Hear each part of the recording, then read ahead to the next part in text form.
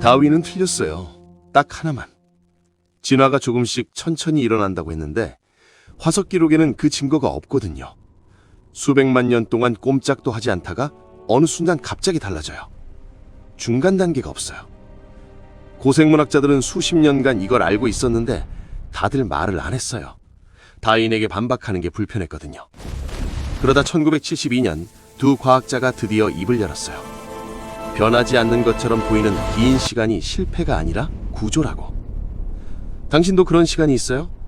열심히 하고 있는데 아무것도 변하지 않는 것 같고, 주변은 다 앞으로 나아가는데 나만 제자리인 것 같은 그 느낌. 지쳐가는 것 같고 뭔가 잘못하고 있는 건 아닌지 싶고 그냥 포기하고 싶어지는 그 시간. 오늘은 그 시간의 이야기예요. 생명의 역사 38억 년이 대부분 그 구조로 움직이거든요. 오늘도 우주에서 당신의 이야기를 찾아왔어요. 화석 기록을 연구한 58개 연구를 종합했을 때 충격적인 결과가 나왔어요. 생물종의 71%가 존재하는 동안 대부분의 기간을 거의 변화 없이 보냈어요. 달라지는 기간은 전체 역사 중 극히 일부였어요. 모든 것이 조금씩 꾸준히 변한다는 다윈의 예측과 완전히 반대였어요. 1971년 미국 자연사 박물관의 고생물학자 나일스 엘드리지는 3억 8천만 년 전 삼엽충 화석을 들여다보고 있었어요. 삼엽충의 눈에는 행수가 다른 여러 종이 있었어요.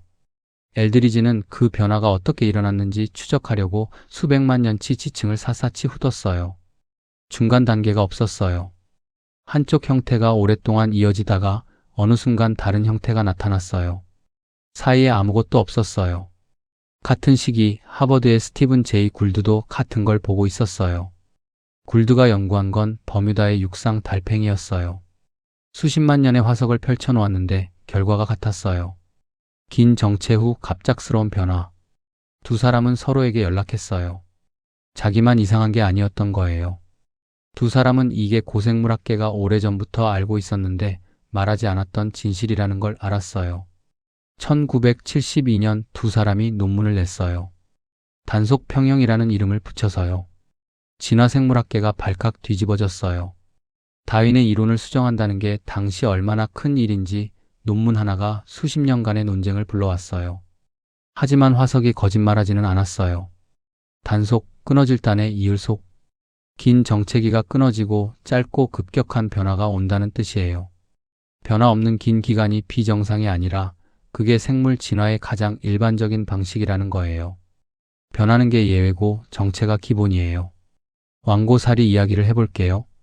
고사리의 한 종류인데 화석을 보면 1억 8천만 년 전 모습과 지금이 거의 동일해요. 세포핵과 염색체 구조까지요. 공룡이 등장하기도 전이에요. 그 긴 세월 동안 거의 변하지 않았어요. 환경이 크게 흔들리는 시점에만 변화가 생겼어요. 변하지 않은 게 무능한 게 아니에요. 지금 환경에서 왕고사리는 이미 최선이었던 거예요. 완벽하게 적응한 상태에서 괜히 바꾸지 않는 것, 그게 생존의 방식이었어요. 외부 조건이 바뀌지 않는 한 변하지 않는 게 더 나은 전략이거든요. 왕고사리를 탓하지 않듯이 지금의 당신을 탓할 이유가 없어요. 이걸 당신에게 가져오면 달라 보여요. 열심히 하는데 변하지 않는다는 건 지금 당신이 지금 환경에서 이미 최적화된 상태일 수 있어요. 더 열심히 해야 하는 게 아니라 변화가 일어날 조건이 아직 안 된 것일 수 있거든요. 그런데 여기서 한 가지만 더 알아야 해요. 단속 평형에서 변화가 언제 오는지 그게 생각보다 충격적이에요. 편한 환경에서 오는 게 아니거든요. 변화는 환경이 불안정해질 때 와요. 기존의 방식이 더 이상 통하지 않을 때, 주변 조건이 흔들릴 때요. 엘드리지가 주목한 게 있었어요. 새로운 종은 기존 종이 살던 지역의 중심이 아니라 가장자리에서 나타났어요. 중심은 너무 안정적이라 변화가 필요 없었어요. 경계에 있는 것들이 변해야 했어요. 그래서 변했어요. 당신이 지금 어딘가 경계에 있다는 느낌이 드는 게 있어요? 예전처럼 하면 안 될 것 같고 그렇다고 어떻게 해야 할지도 모르는 그 중간 어딘가. 사실 그 자리가 변화에 가장 가까운 자리예요. 지금 당신에게 뭔가 흔들리는 게 있어요? 아니면 아직 조용한 상태예요? 어느 쪽이든 잠깐만 생각해봐요. 당신의 정체기가 시작된 게 언제였는지, 거기서부터 지금까지 얼마나 됐는지, 그 날들을 어떤 이름으로 불러왔는지. 낭비라고 불러왔다면 오늘 이야기에서 가장 중요한 걸 아직 말 안 했어요. 1897년 미국의 심리학자 브라이언과 하터는 전보 기술을 배우는 사람들을 수개월 동안 추적했어요. 거의 모든 학습자에게 실력이 완전히 멈추는 구간이 있었어요. 몇 주씩 아무리 연습해도 나아지지 않는 날들이요. 포기하지 않고 계속한 사람들에게는 갑자기 다음 단계로 올라가는 순간이 왔어요. 그 구간이 실력이 쌓이지 않는 기간이 아니라 신경계가 내부적으로 재조직되는 기간이었다고 브라이언과 하터는 결론 내렸어요. 재조직. 이 단어를 기억해줘요. 겉으로 아무것도 안 보여도 안에서는 구조가 다시 배열되고 있어요. 뿌리가 깊어지는 건 눈에 안 보이거든요. 땅 위가 조용할수록 땅 밑에서 뭔가가 자라고 있을 수 있어요. 지금 당신이 정체기에 있다면 이 날들의 무언가가 재조직되고 있을 수 있어요. 어떤 생각이, 어떤 감각이, 어떤 방향이 안에서 조용히 다시 자리를 잡는 중인 거예요. 당신이 느끼지 못할 뿐이에요. 화석에는 정체기가 남아요. 몇 센티미터의 지층이 수백만 년이에요. 그 얇은 지층 안에 아무것도 없는 게 아니에요. 생명이 거기 살았어요. 먹고 번식하고 위협을 피하고 살아냈어요. 변하지 않으면서도 살아있었어요. 그게 지층으로 남았어요. 당신의 정체기도 그래요. 아무것도 안 일어나는 것처럼 보이는 그 날들에도 당신은 살고 있거든요. 느끼고 버티고 관계를 유지하고 매일 일어나고 그 모든 게 다 있는 거예요. 그게 당신의 지층이 돼요. 어쩌면 지금 가장 고통스러운 건 실제로 아무것도 안 변해서가 아닐 수 있어요. 변해야 한다는 기대가 있는데 변하지 않는 것처럼 느껴지는 것, 그 간극이 고통스러운 거예요. 기대가 틀린 거지 당신의 속도가 틀린 게 아니에요. 왕고사리도 1억 8천만 년 동안 바꿔야 한다는 기대를 받지 않았어요. 수백만 년 정체 후의 변화는 지질학적으로 거의 순식간이에요. 전체 역사 중 0.1%도 안 되는 짧은 시기에 일어났어요. 당신의 변화도 비슷할 수 있어요. 변하지 않는 것 같은 긴 기간이 있고 그 다음엔 빠르게 달라지는 시기가 와요.